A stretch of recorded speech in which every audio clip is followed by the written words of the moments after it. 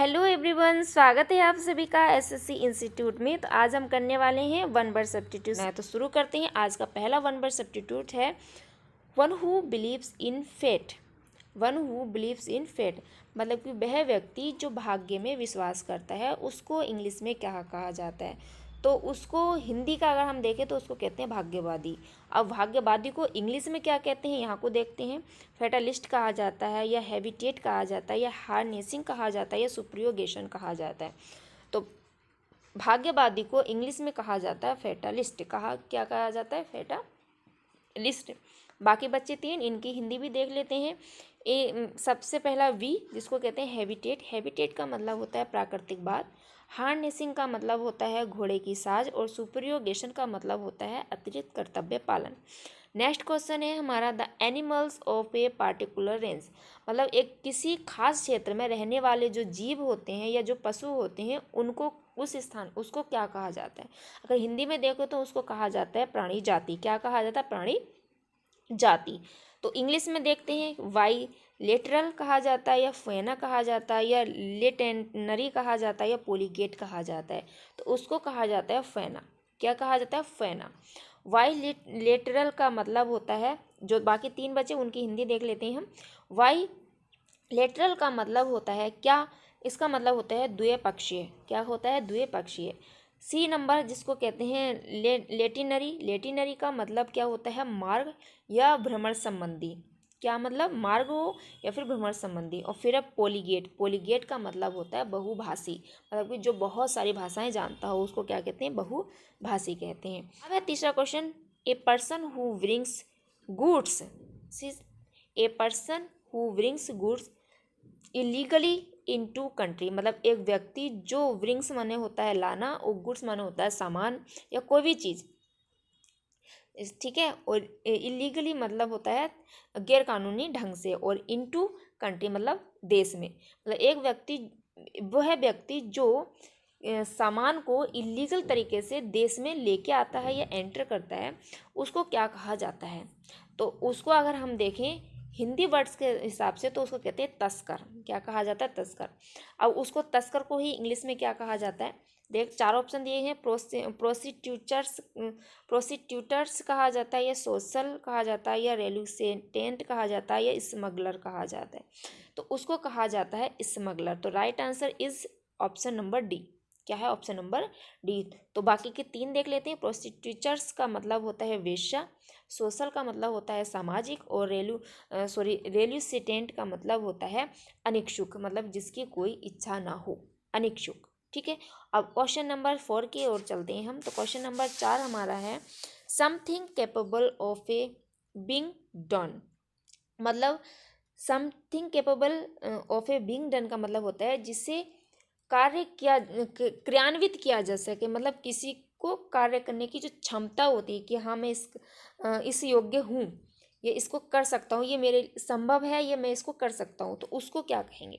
Hostility कहा जाएगा, या फेसिबली कहा जाएगा, या अनलेटरल कहा जाएगा, या एक्जिमो कहा जाएगा।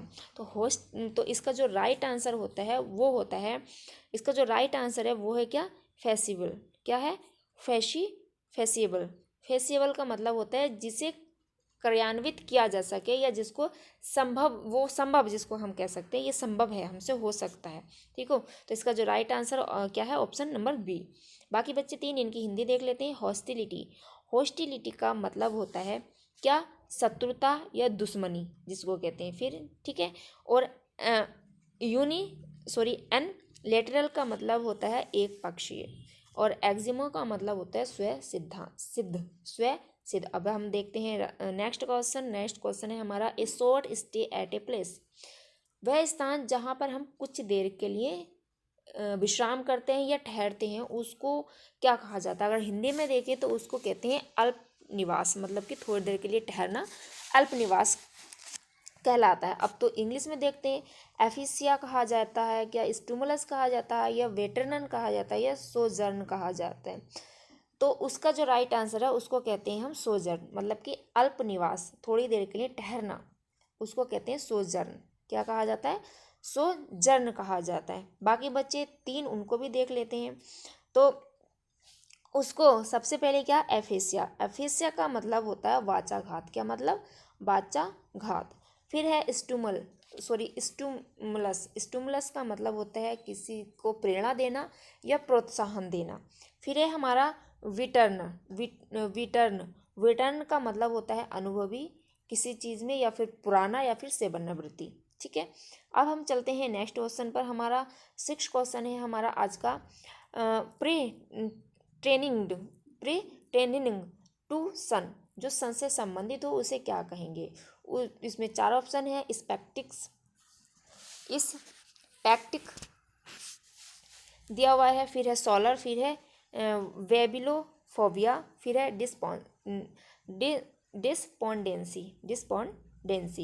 तो इसका जो राइट आंसर है वो है right answer option number B, solar, क्योंकि सूर्य से संबंधित होता है, या सौर या सूर्य का, उसको क्या कहते हैं, सोलर कहते हैं। बाकी बच्चे 3, इनका आंसर देख लेते हैं। स्पेक्टिक का मतलब होता है संशयशील व्यक्ति, या जो वह व्यक्ति जो संदेह व्यक्ति होता है या संदेह करने वाला होता है, उसको कहते हैं स्पेक्टिक। फिर है वेबिलियोफोबिया, वेबिलियोफोबिया का मतलब होता है जो पुस्तकों से डरता है, जो पुस्तकों का डर होता है ना, पुस्तक का जो डर होता है उसको वेबिलोफोबिया कहा जाता है। फिर होता है डिस्पोंडेंसी, डिस्पोंडेंसी का मतलब होता है निराशा या हताशा, निराशा या हताशा। अब क्वेश्चन नंबर 7 की ओर चलते हैं। तो क्वेश्चन नंबर 7 है हमारा, to speak to oneself, मतलब वह व्यक्ति जो स्वयं से ही बातें करता है या अपने आप ही बातें करता है, उसको क्या कहते हैं। उस 4 ऑप्शन है यहाँ पर, सोलिलोक्यूज है, वंडर है, सम्मन्स है और स्टेम्पल है।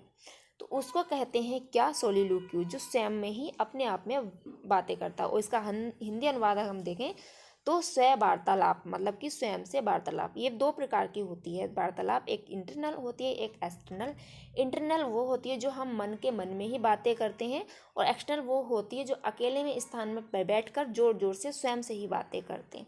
ठीक है, तो ये ज़्यादातर विद्यार्थियों की आदत होती है। इंटरनल जब हम ज़्यादा सोचते हैं तो हम मन में सोचते हैं कि ये नहीं, ये करना चाहिए, तो उसको इंटरनल कहते हैं। और जब हम थोड़ा जब पढ़ाई के मूड में होते हैं, कुछ सी गलती हो जाती है अकेले में बैठे हुए, तो हम कहते हैं अरे यार ऐसे नहीं, ऐसा करना चाहिए, तो वो स्वयं से ही बातें करते हैं, तो उसको एक्सटर्नल कहते हैं। ठीक, तो इसका जो राइट आंसर है सोलिलोक्यूज हो गया। ठीक, बाकी देखते हैं 3 के अर्थ। वंडर का मतलब होता है आश्चर्य प्रकट करना। ठीक है, सम्मान का मतलब होता है आवाहन किसी या बुलावा, जो आवाहन पत्र होता है या बुलावा होता है। और स्टैम्प का मतलब होता है मुख्य माल जो होता है उसको कहते हैं। अब क्वेश्चन नंबर 8 है हमारा, एन ओल्ड अनमेरिड वुमेन, एक ऐसी औरत जो अधेड़ है या फिर जो बूढ़ी है और अविवाहित है, मतलब को उसका विवाह नहीं हुआ, उसको क्या कहेंगे, वर्थ कहेंगे, स्टेंगल कहेंगे, या एलेक्सिस कहेंगे, या स्पेंस्टर कहेंगे। तो उसका जो राइट आंसर है, ऐसी वुमेन जो अधेड़ हो और अविवाहित हो उसको कहते हैं स्पेंस्टर। क्या कहा जाता है, स्पेंस्टर। अविवाहित अधेड़ महिला को स्पेंस्टर कहा जाता है। ठीक, बाकी बच्चे 3, इनका भी देख लेते हैं। वर्थ का मतलब होता है रोष या गुस्सा, और स्ट्रेंगल्स का मतलब होता है किसी का गला दबाना, क्या करना, गला दबाना।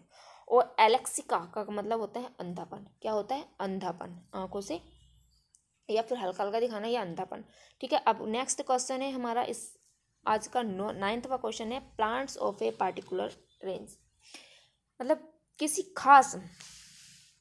खास क्षेत्र के पेड़ पौधे या जो वनस्पति होती है उसको क्या कहते हैं। ठीक है, तो इसके 4 ऑप्शन हैं, ग्रेटिट्यूटस कहा जाता है, या कैमोफ्लेज कहा जाता है, या आर्चिप्लेगो कहा जाता है, या फ्लोरा कहा जाता है। तो एक किसी खास स्थान के जो पेड़ पौधे होते हैं उनको कहा जाता है फ्लोरा। क्या कहा जाता है, फ्लोरा। 3 का आंसर देख लेते हैं। ग्रेटिट्यूटस का मतलब होता है मुफ्त करना, क्या करना, मुफ्त। और कैमियोफ्लेग्स का मतलब होता है छल आवरण। आर्क्यूप्लेगो का मतलब होता है द्वीप समूह। क्या होता है, आर्क्यूप्लेगो का मतलब होता है द्वीप समूह या द्वीप बहुसागर। क्वेश्चन नंबर 10 और आज का हमारा लास्ट क्वेश्चन है। और आप इस क्वेश्चन को करने के बाद अपने नंबर से भी कमेंट बॉक्स में कमेंट करके ज़रूर बताइए कि 10 में से कितने आंसर आप सभी के ठीक हुए। ऐसे ही वीडियो आप सभी को मिलती रहेंगी, उसके लिए आप सभी को चैनल को सब्सक्राइब कर लेना है, ठीक है। और बेल आइकन को भी दबाना, और लाइक, अच्छी वीडियो अच्छी लगे तो लाइक भी जरूर करना। क्वेश्चन है, one who believes in giving equal opportunity to women in all fields, मतलब वह व्यक्ति जो औरतों को समान अधिकार या समान अवसर देने के पक्ष में होता है, उसको क्या कहा जाता है? हिंदी में कहें तो नारीवाद, और इंग्लिश में कहें तो क्या, फेमिनिस्ट कहा जाता है। तो इसका जो right answer option number B, feminist कहा जाएगा उसको। जो महिलाओं के समान अधिकार और अवसरों की बातें करता है या महिलाओं के पक्ष में होता है, उसको फेमिनिस्ट कहा जाता है। 3 का भी देख लेते हैं, हैनिंग्स का। हैनिंग का मतलब होता है कब्जा करना किसी चीज़ पर। फिर है टेनियस का मतलब होता है क्या, तात्कालिक। और कोरियोग्राफिस्ट का मतलब होता है सुलेख। कोरियोग्राफिस्ट का मतलब क्या होता है, सुलेख। तो ये थे आज के हमारे 10 क्वेश्चंस। तो 10 क्वेश्चनों में आप सभी के कितने सही हुए वो कमेंट बॉक्स में कमेंट करके जरूर बताइएगा। तो आज की वीडियो में बस इतना ही, मिलते हैं नेक्स्ट वीडियो में।